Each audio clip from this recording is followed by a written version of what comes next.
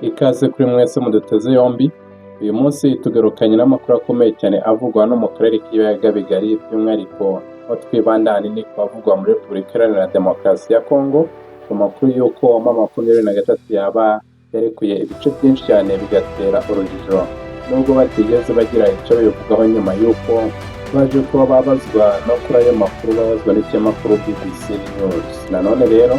tuze kugaruka ku kiganiro kirambuye cyane Perezida w'u Burundi Evariste Ndayishimiye yagiranye n'ikinyamakuru Jeune Afrique, aho yagarutse kuri byinshi bijyanye n'umubano w'igihugu cye cy'u Burundi ndetse n'iki gihugu cy'u Rwanda. Nanone akongera no kugaruka ku makuru ku mpamvu n'amasezerano atuma ingabo z'igihugu cye cy'u Burundi zitubarizwa hariya mu burasirazuba bwa Repubulika Iharanira Demokarasi ya Kongo, nyuma y'uko izindi zo muri aka karere k'ibiyaga bigari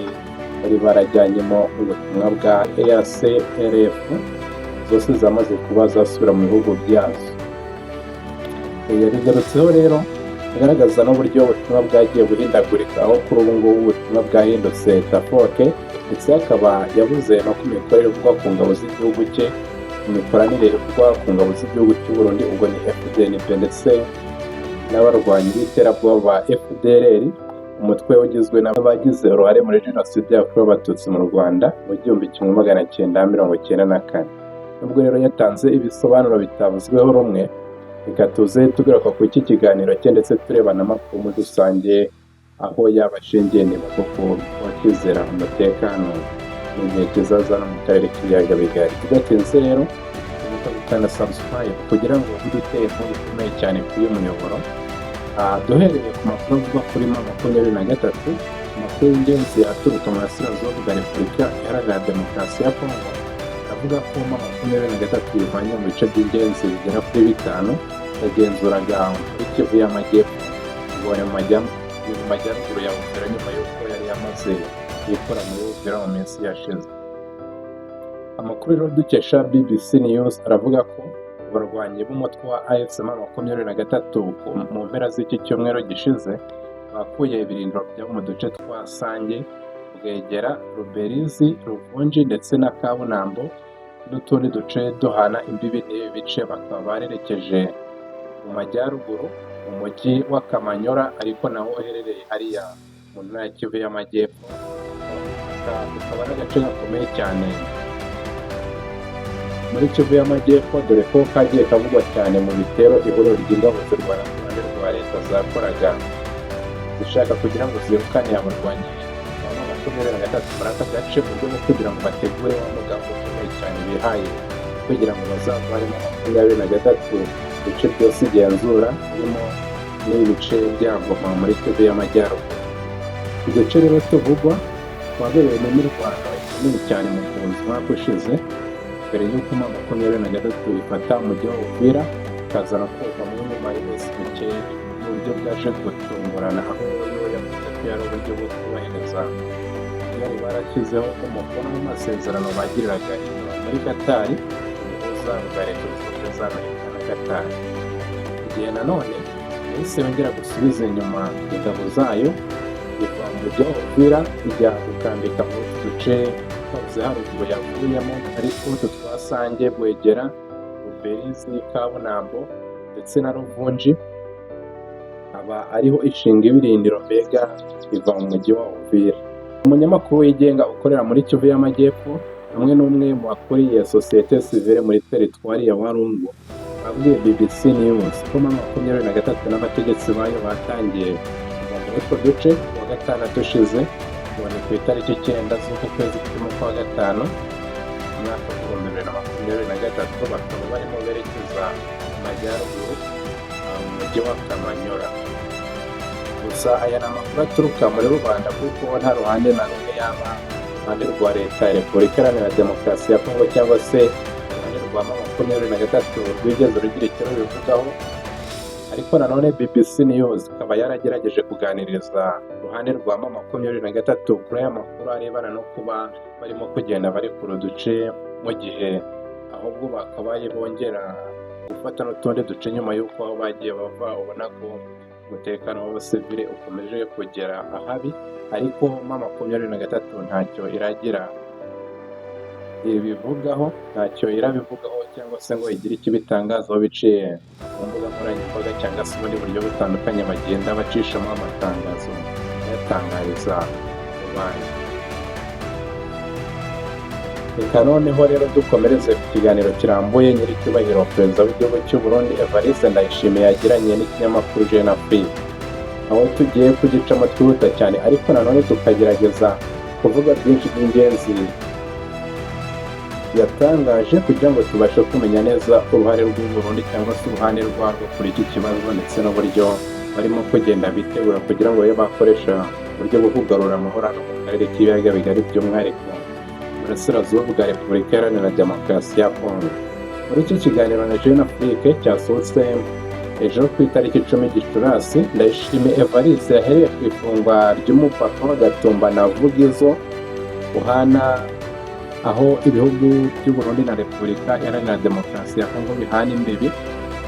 mu ntara ya Kivu y'Amajyepfo, asobanura ko ryatewe n'uko abarwanyi b'umutwe wa M23 basatiraga cyane igihugu cyabo cy'u Burundi kandi ngo bakorana n'igihugu cy'u Rwanda. Ubwo akaba yatangaje ko yari afite ubwoba cyangwa se atarizeye umutekano we nyuma y'uko abarwanyi bari hafi y'igihugu cye bashobora no kuba bamwinjirana, nk'uko asanzwe avuga ko wenda igihugu cy'u Rwanda gishaka kugira ngo kibe cyatera u Burundi. Ndayishimiye yagize ati u Rwanda rufite imigambi mibi ku Burundi, mu gihe ingabo z'u Rwanda n'abarwanyi bari hafi y'umupaka wacu tubifata nk'ikibazo,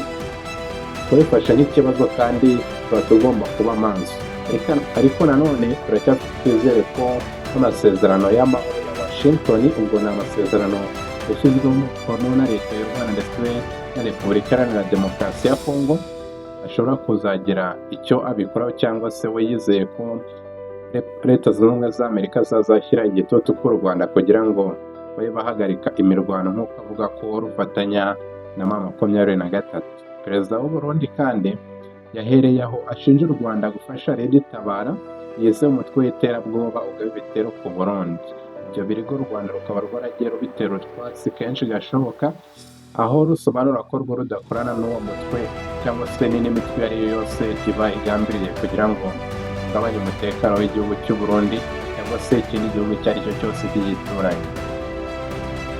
Ashingiwe ku masezerano u Burundi na Repubulika Iharanira Demokarasi ya Kongo bagiranye muri 2022 no mu mwaka w'2023, u Burundi bwohereje ingabo zirenga 20,000 muri Kivu y'Amajyepfo, zigabanywa mu ntangiriro z'Ukuboza mu mwaka w'2025 ushize, aho abarwanyi ba M23 bafataga ibice byinshi cyane byo mu kibaya cya Ruzizi n'umujyi wa Uvira urimo n'uwo waje guhita bawusohokamo. Aha Ndayishimiye akaba yavuze ko u Burundi bwohereje ingabo muri Repubulika Iharanira Demokarasi ya Kongo kugira ngo zifashe igihugu cy'abaturanyi kurwanya umwanzi wacyo, kandi ibyo bikaba byarakozwe ashingiye ku bwumvikane bw'akarere, hamya ko kazisabye gukorera muri Kivu y'Amajyepfo muri ya masezerano cyangwa se muri bwa buryo bwo kurira umutekano muri Repubulika Iharanira Demokarasi ya Kongo. Ku ngabo zari zaroherejwe n'ibihugu bigize umuryango wa Afurika y'Uburasirazuba cyangwa se umuryango w'akarere k'ibiyaga bigari,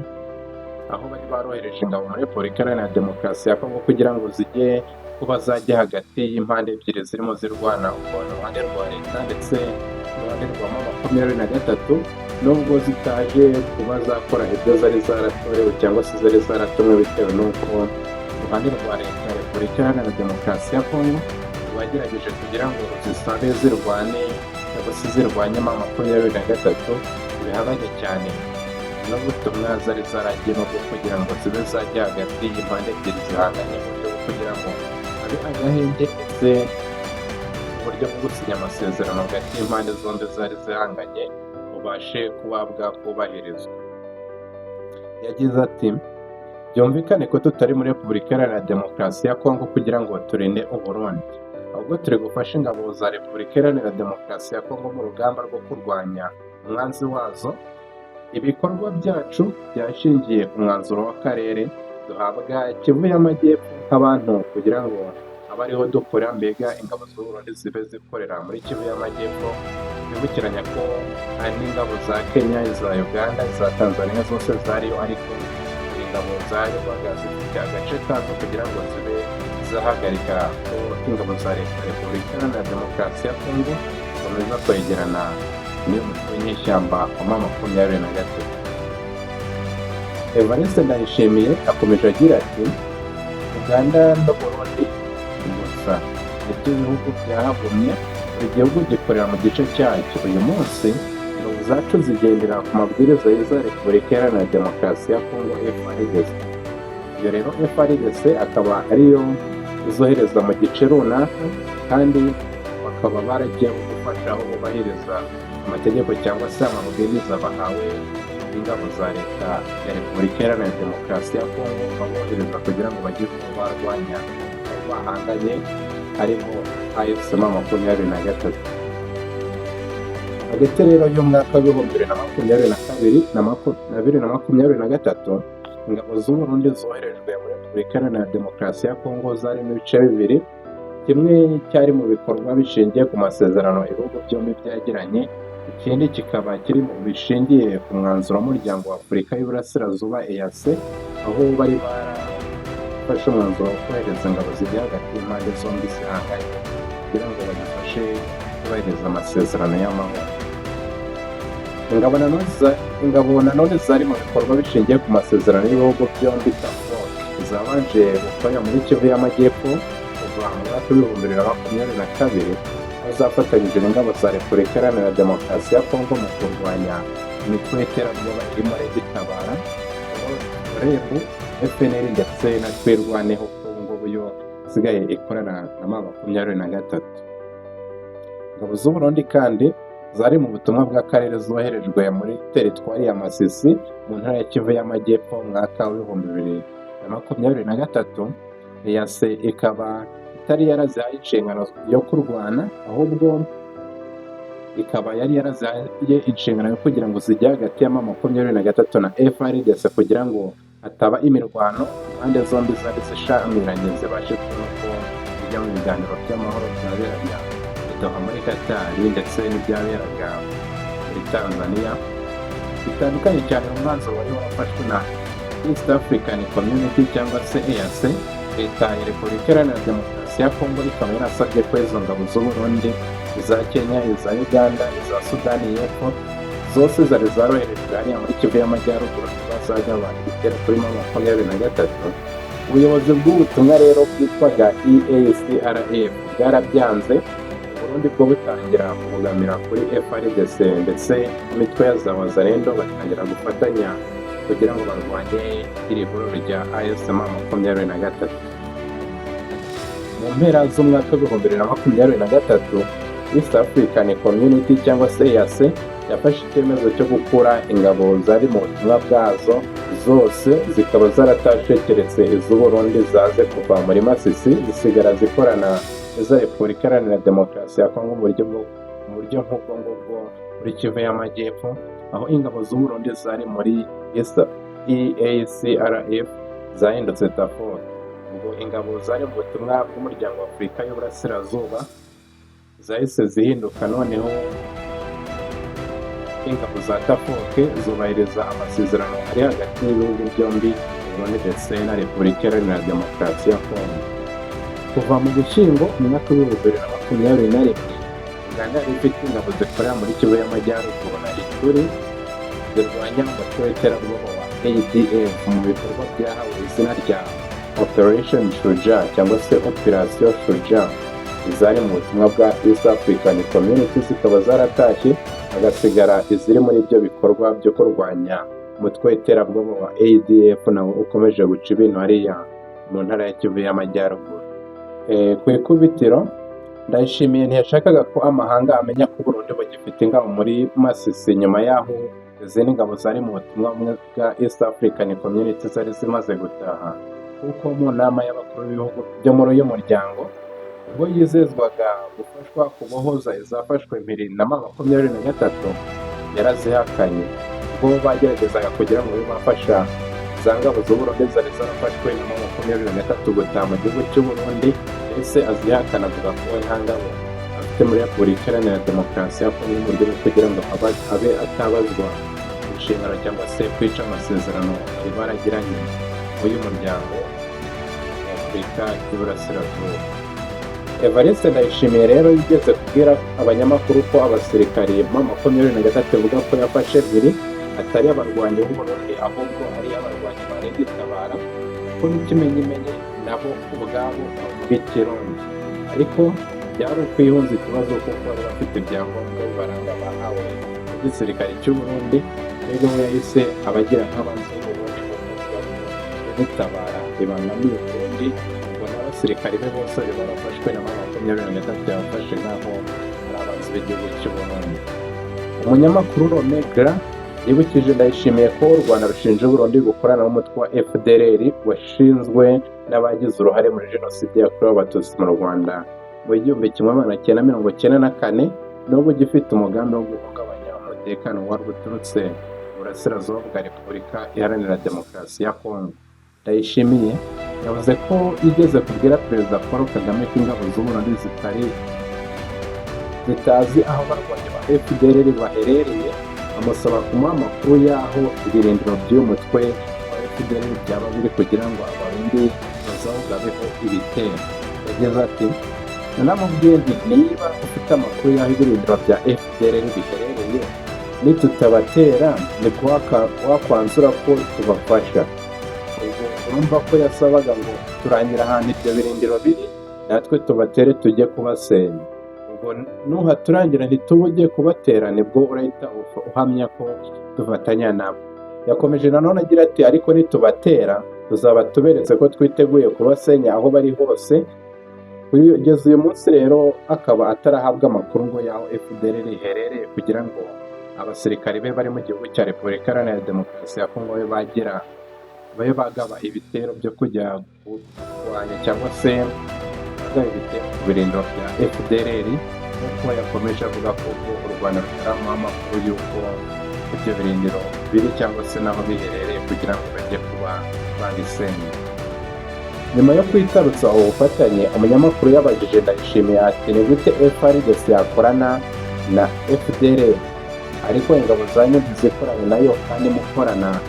ingabo za Repubulika Iharanira Demokarasi ya Kongo za FARDC?" Ndayishimiye rero wemera ko koko ingabo za Repubulika Iharanira Demokarasi ya Kongo zikorana na FDLR, we ubwe yasobanuye ko nubwo ingabo z'u Burundi ziri muri Kivu y'Amajyepfo ziyoborwa n'abo ku ruhande rwa leta ya Kinshasa aribo FARDC, bakazohereza aho bagomba gukorera, ariko avuga ko zitajya zivanga nabo. Yagize ati "Imitwe y'ingabo z'u Burundi ifite ibice ikoreramo, FARDC ikagira ibyayo. Nakongeraho ko imitwe y'ingabo idashobora kwivanga kubera ko idahuje uburyo bwo kurwanya urugamba, ahubwo nabwiye Perezida Tshisekedi ko yakora uko ashoboye kugira ngo atazavamo urwikekwe." Perezida w'u Burundi yavuze ko we na mugenzi we uyobora Repubulika Iharanira Demokarasi ya Kongo Felix Antoine Tshisekedi Tshilombo bemeranya ko FDLR igomba kurwanya, ariko ngo igishobora kuba kigoye mu bushobozi bwo kuba babikora. Ari nayo mpamvu rero asaba ko buri gihugu cyo muri aka karere k'ibiyaga bigari cyarwanya umutwe ugihungabanyiriza umutekano ubwacyo. Mbega niba ari Tabara Burundi bukayirwanya bwonyine,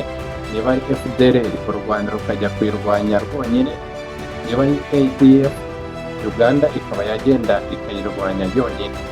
akaba ariko mbega yumva ko igisubizo gishobora kuba cyaboneka. Yagize ati twese harimo na Felix Antoine Tshisekedi Tshilombo wasanzeho iki kibazo ubwo yajyaga ku butegetsi, twemeranya ku kurwanya FDLR. Igishobora kuba kigoye cyane ni ukubona ubushobozi bwo kubikora. Igitekerezo ntanga buri gihe cyangwa se inyunganizi muha kugira ngo tube twabasha kuyirwanya ni uko twakwemeranya u Rwanda, Repubulika Iharanira Demokarasi ya Kongo, Burundi na Uganda tukarwanya iyi mitwe. Ibyo byatuma u Rwanda rwizera ko rutazaterwa. Nubwo Ndayishimiye Evariste ahakana gukorana na FDLR, raporo y'impuguke z'umuryango w'abibumbye igaragaza ko kuva mu mubano w'u Burundi n'u Rwanda wakongera kuzamba mu mpera z'umwaka w'ibihumbi 2023 wongeye gushyira imbaraga mu bufatanye n'abarurwanya. Uburundi bukaba bwarafatanyije n'abarwanya u Rwanda, ndetse hakaba haranumvikanye amakuru avuga ko ingabo z'u Burundi zahuriye mu nama n'abayobozi muri FDLR na CNLD FLN zabereye i Bujumbura, bakiga ku buryo bahuza umugambi wo guhungabanya umutekano w'igihugu cy'u Rwanda. Ubona ko rero nubwo bwose arimo abihakana, ariko hari raporo nyinshi cyane zigenda zibigaragaza, ndetse n'amakuru aturuka mu b'imbere hariya mu gihugu cy'u Burundi avuga ko